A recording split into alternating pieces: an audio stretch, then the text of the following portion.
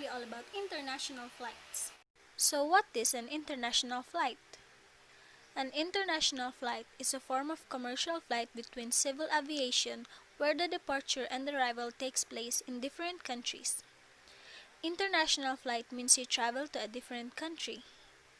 It is made through international airports and keep tourism and trade between countries alive at the same time. Also, when we say international arrival, it means that passengers from different countries arrive in the international airport. What is the difference between domestic and international flight?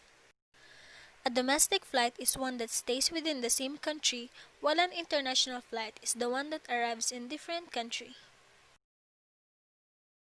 Here are the airports that offer international flights in the Philippines.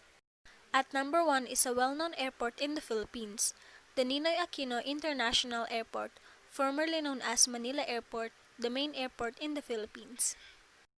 The Philippine government is determined to make this airport one of the best in the world. And it has 4 terminals which all of them have Wi-Fi access. Next is the Bacolod Silay International Airport. It serves as a main airport covering the metro area of Bacolod and Negros Oriental. It is designed to handle an excess of 1 million passengers and around 16,715 tons of cargo yearly. It is located at Airport Road, Silay City, Negros Oriental. Next one is the Clark International Airport. If you don't want to experience the rush in Naya Airport, then you can book here. The airport was once the largest overseas base of the U.S. Air Force until it was closed down in 1991. It is located in Andres Bonifacio Avenue, Clark Freeport Zone in Mabalacat, Pampanga. If you are planning to visit Boracay, then this is one of the 2 airports where you can land. The Calibo International Airport has the fastest growing number of passenger visits, and at times it also caters to international flights and services in international locations like Taipei. It is located in Calibo, Aklan. Next one is the Iloilo International Airport, also known as the Cabanatuan Airport. It is the 4th busiest airport in the Philippines, and it was built on par with international standards. It is one of the big and most modern airport to be constructed in the country. It is located in Cabanatuan, Iloilo. Next one is the Mactan Cebu International Airport.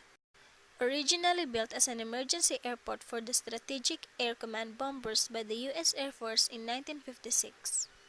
And it is now the 2nd busiest airport in the Philippines with over 4.5 million passengers traveling yearly. It is located in Lapu-Lapu City, Cebu. Next, the Zamboanga International Airport. It is the 3rd busiest airport located in the Philippines. It serves both civilian and military type of flights in the country.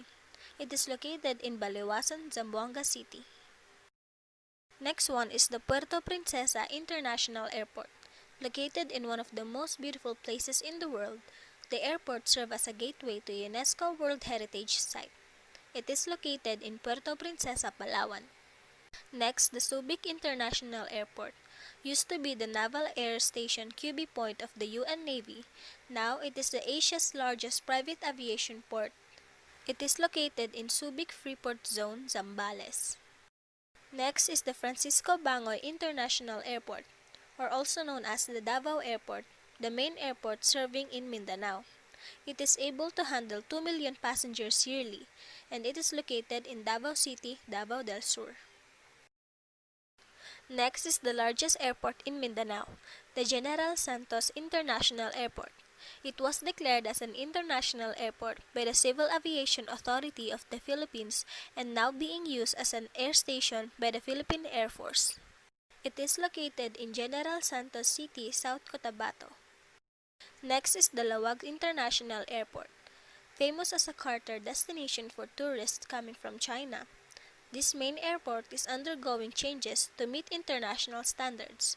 It is located in Lawag City, Ilocos Norte. And lastly, the Bicol International Airport. Costing 3.5 million pesos to create, this airport in the municipality of Daraga is set to change the way we see international airports in the country. It is located in Daraga Albay, Bicol. Here are the world's top 10 airports in 2020. In top 1, we have the Singapore Changi Airport that has over 200 destinations worldwide and was voted as the best airport in Asia, world's best airport leisure amenities, and best airports with 60 to 70 million passengers in 2020. In top 2, we have the Tokyo Haneda serving both domestic and international terminals in Tokyo, Japan. It was named as the best airport with 70 million passengers, world's cleanest airport, world's best domestic airport, and world's best PRM accessible facilities in 2020. In top 3, we have the Doha Hamad Airport. It has been described as the most architecturally significant as well as being the most luxurious airport. It was voted as the best airport in Middle East, best airport with 30 to 40 million passengers, and best airport staff in the Middle East in 2020. In top 4, we have the largest airport in South Korea and one of the busiest airports in the world, the Incheon Airport in Seoul. It was named the winner of World's Best Transit Airport in 2020, while the Terminal 2 was named World's Best Airport Terminal in 2020. In top 5, we have the Munich Airport. It is the second busiest airport in Germany and the secondary hub for Lufthansa German Airlines. It was voted as the best airport in Europe, airport in Central Europe, and best airport with 40 to 50 million passengers in 2020. In top 6, we have the Hong Kong International Airport that serves over 100 airlines operating flights to about 180 locations worldwide. It was named as the world's best airport immigration service in 2020. In top 7 is the Tokyo Narita Airport. It is an international airport serving the greater Tokyo area of Japan and was the second busiest passenger airport in Japan. It was named as the world's best airport dining in 2020. In top 8, we have the Central Japan International Airport in Nagoya, or better known as Centrair. It was named as the world's best regional airport and best airport with 10 to 20 million passengers in 2020. In top 9, we have the main international airport in Netherlands and the third busiest airport in Europe, the Schiphol Airport. It was voted the best airport in Western Europe in 2020. And lastly, in number 10, we have the Kansai International Airport. It serves both domestic and international routes with 24-hour operation. It was named as Best Airport Staff in Asia, World's Best Airport Staff, and World's Best Airport for Baggage Delivery in 2020. Hi everyone, I'm Olizoni Ansi Agonoy, grade 12 student from TVL HE. I'm going to discuss to you the international flight requirements, cheap price of international flight, when is the best time to book an international flight, what is the best airline for an international flight, and what is the best way to book an international flight. International arrivals in the Philippines. The only allowed inbound passengers in the Philippines are Filipino nationals and their spouses and children, diplomats and other officials accredited in the Philippines. Ang ibig sabihin nito, ang pwede lang makapasok sa ating bansa ay ang mga Filipino nationals, ang kanilang asawa at mga anak, mga opisyal na pumunta sa ibang bansa at nirepresent ang ating bansa. The new arrival process. Before your flight, reserve a room at hotel accredited by Department of Health for your quarantine stay. You need to make and present a confirmed booking. That's 3 to 5 days for Manila or 1 to 2 days for Cebu. Hotel stay and other expenses must be shouldered by the passenger. Number 2. Take the mandatory COVID-19 test upon the arrival in the Philippines. Test fees must be shouldered by the traveler unless the passenger is an OFW. Number 3. After the test, proceed to the hotel that you reserve. You should stay in the room booked until the result for your COVID-19 test is released. Hindi ka pwedeng lumabas sa iyong hotel hanggat hindi na ilalabas ang iyong COVID-19 test. International departures from the Philippines. The allowed outbound passengers in the Philippines are non-Filipino citizens, overseas Filipino workers, student enrolled abroad, participants of exchange program, permanent resident outside the Philippines. Ang mga pinapayagan lang umalis sa ating bansa ay mga hindi Filipino citizen, mga OFW, estudyanteng naka-enroll sa ibang bansa, mga kalahok na kasali sa mga exchange programs, at ang mga mayroong permanenteng residensya sa ibang bansa. Departure process. Number 1. Passengers must bring a valid passport and other documents to prove eligibility for travel. These documents vary depending on your origin and destination, so get in touch with the local government to check for any other requirements or rules that they may have. Number 2. Find out and comply with the travel requirements of the country of the destination. Different countries have different rules. It is your responsibility to know and follow them. Prices of cheap international flights. All prices are subject to availability and may change depending on the airport of origin as well as the data selected. On the left side, you can see the example of the prices of international flights. Fast facts about the cheap international flight deals. Finding international flight deals isn't as dependent on advance booking as it is for domestic travel. The best international flight deals aren't always the rock-bottom price you see on a low-cost airlines. In fact, legacy airlines, both foreign and domestic, can offer the best cheap international flight deals. Traveling to certain destinations, primarily to those in Europe and increasingly Asia, can yield the best international flight deals.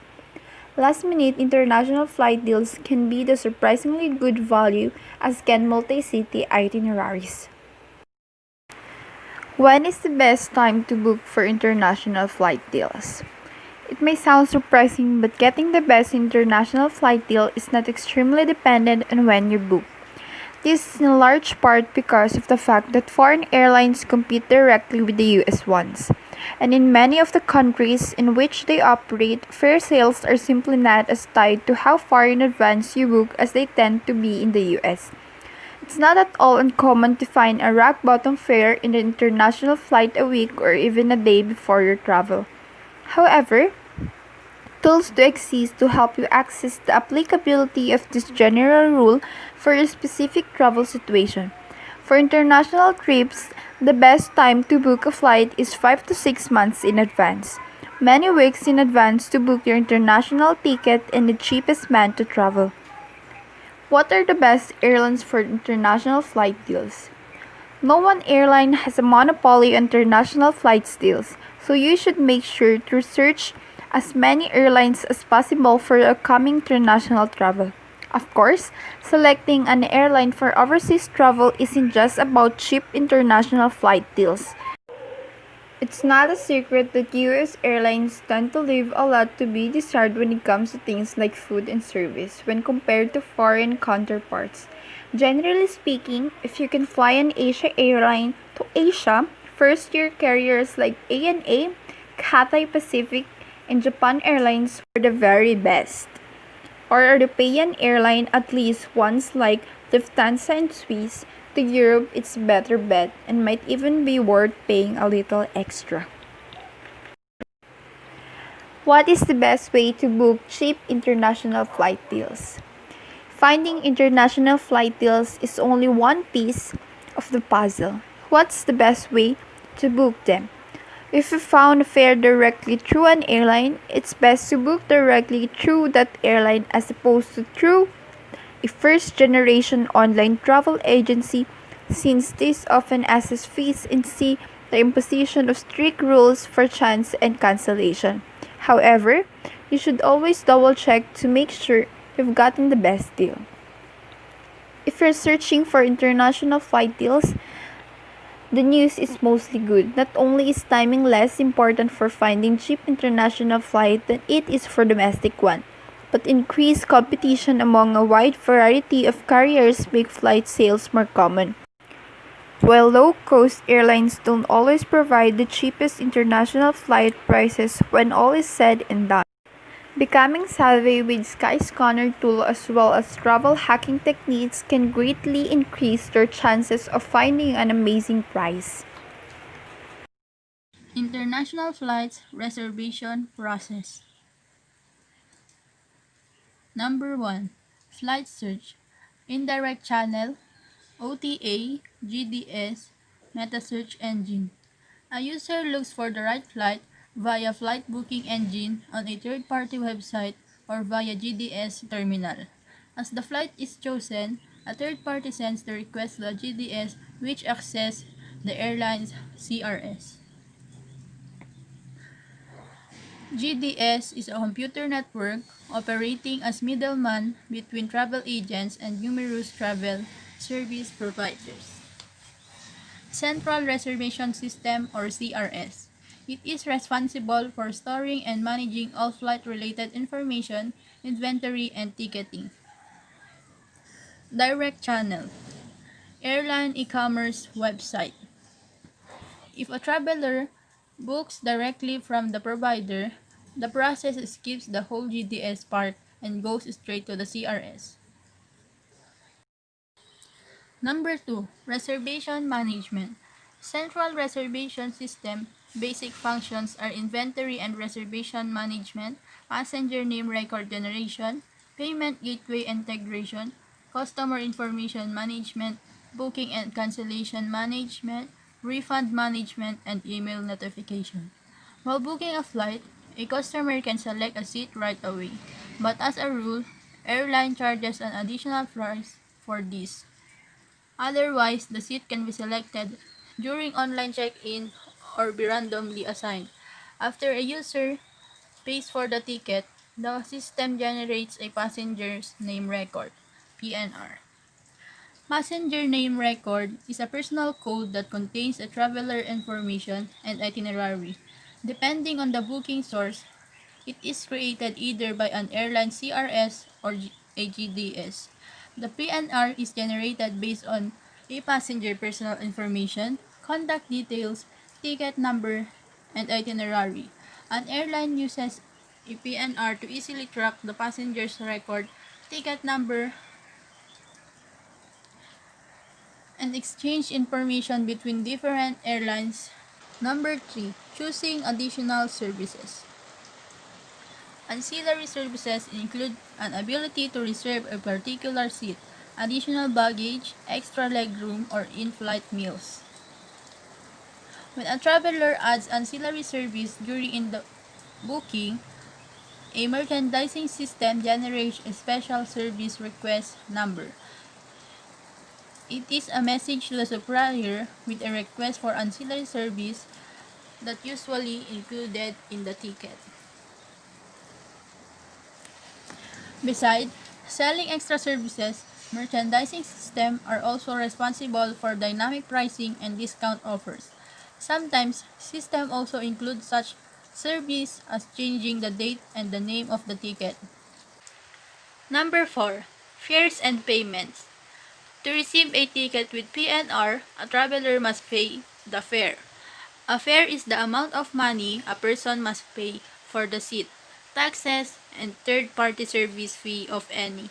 The fare van also includes a charge for the ancillary services. Number 5. Payment processing. As soon as the payment was processed by the payment gateway, the airline's central reservation system can generate a booking confirmation number and issue an electronic version of a ticket. Ticketing. The flight ticket is an agreement between a traveler and a carrier. It makes ticketing the key part of this process. Obviously, there's no chance to get a flight if there's something wrong with a ticket, like incorrect name entered. Number 6. Personal name record generation.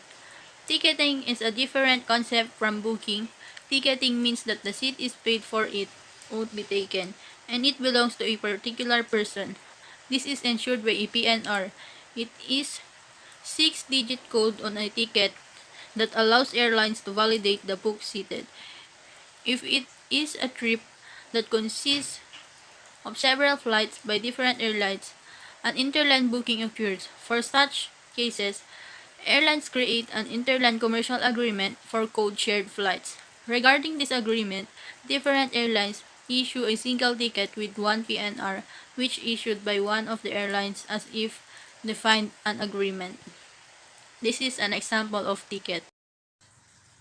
List of airlines that offers affordable international flights. Cebu Pacific and Cebugo. Cebu Pacific is the country's biggest domestic carrier. Along with its lower-cost subsidiary, Cebugo, it flies to 37 destinations in the Philippines, including all major cities, holiday destinations, and provincial centers. It is the second-largest international carrier with a destination in Australia, Brunei, Cambodia, China, Guam, Indonesia, Malaysia, Taiwan, United Arab Emirates, Hong Kong, Japan, Singapore, Thailand, Macau, South Korea, and Vietnam. Philippines Air Asia. Philippines Air Asia is based in Manila at Ninoy Aquino International Airport, known for the excellent customer service. It is parent company. Air Asia has been the world's #1 low-cost air carrier for the past decade. Philippines Air Asia offers the following international destinations: Australia, Bangladesh, Brunei, Cambodia, China, Hong Kong, Japan, Laos, Macau, Maldives, Myanmar, Saudi Arabia, Singapore, South Korea, Sri Lanka, Taiwan, Thailand, Vietnam. Jeju Air. Jeju Air is a Korean airline offering affordable flights from Manila, Cebu, and Clark International Airport. International destinations include China, Guam, Hong Kong, Japan, Macau, Malaysia, Russia, South Korea, Thailand, and Vietnam. Jetstar Asia. Jetstar Asia is a budget airline with the international destination throughout Asia and Australia. Jetstar Asia flies to 39 locations in Australia, Cambodia, China, Indonesia, Malaysia, Myanmar, Singapore, Vietnam, and Japan. All destinations are available from Ninoy Aquino International Airport in Manila, from Clark International Airport in Pampanga. 22 locations are offered. PAL Express. PAL Express is the low-cost domestic arm of the Philippine Airlines. It flies to 29 destinations throughout the Philippines, making it the second-largest domestic carrier. It also has a few select international destinations in China, Hong Kong, Malaysia, Singapore, and the UAE. Scott Airlines. Scott Airlines is the low-cost subsidiary of Singapore Airlines. Scott travels to over 60 destinations worldwide in Asia, Australia, and Europe.